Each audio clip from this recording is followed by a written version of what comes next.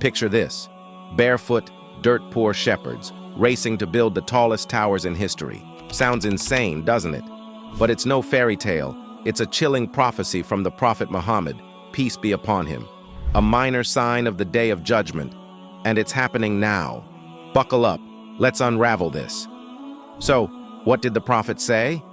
In Sahih Bukhari and Sahih Muslim, he told us, "You will see the barefoot, naked, destitute shepherds competing in constructing tall buildings." Back in 7th century Arabia, this was wild. Shepherds building towers?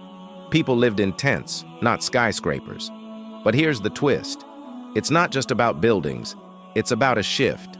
Humble folks rising up, getting rich, and showing off with massive projects. Think pride, rivalry, and chasing status. Now fast forward to April 2025. Does this ring a bell? Look at the Middle East. 100 years ago, places like Dubai and Riyadh were home to Bedouin tribes, nomadic shepherds surviving off the land. Then, the oil boom hit, and boom, they're now wealth icons. Take the Burj Khalifa in Dubai, 829 meters tall, the world's highest since 2010. Or Saudi Arabia's Jeddah Tower, pushing past 1,000 meters, still in progress. Qatar, Kuwait, even beyond, everyone's racing to the sky.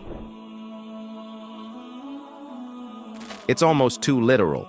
These shepherds, or their descendants, went from herding camels to stacking skyscrapers.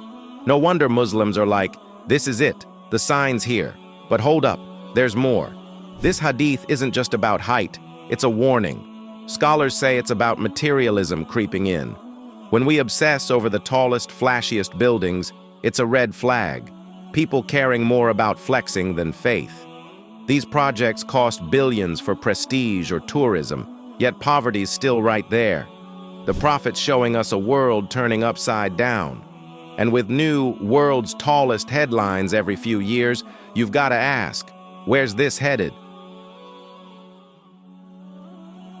So, is this sign done? Some say yes. Look at Dubai's skyline or Saudi's mega projects. Others say it's still growing as the race heats up. Either way, it's a wake-up call from our tradition.